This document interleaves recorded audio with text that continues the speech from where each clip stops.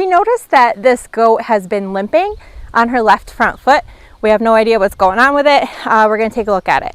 Usually we want to make sure that we're looking at our goats every day so that when we notice that they might be limping or something might be up, we can take a look at it. What I'm going to do is I'm going to spin her around and it's on her front leg. Run my hand down, pick her foot up, and we'll take a look. So the first thing I like to check is just to make sure that these outer parts are overgrown. Sometimes if they get overgrown, they can get just infection or something stuck inside. These haven't overgrown. You can see where they're just starting to. So this is the time that I would start trimming them. Next thing I look for is just any visible injury to the hoof. Sometimes they can get a puncture from a piece of wire. Rock can get stuck. That can cause a limp. I'm not seeing anything at first glance either.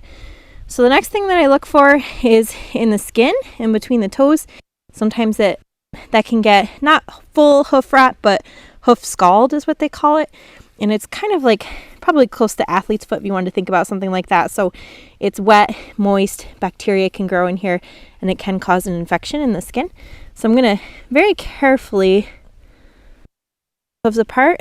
And if you can see that, you can see that her hooves are a little red in between the two hooves. So this would be the very, very beginnings of hoof scald. And if you look at the back, which is even, you can see that they're white, moist, and kind of have like a little bit of a pussy look, even though it's not pussy, but that's the.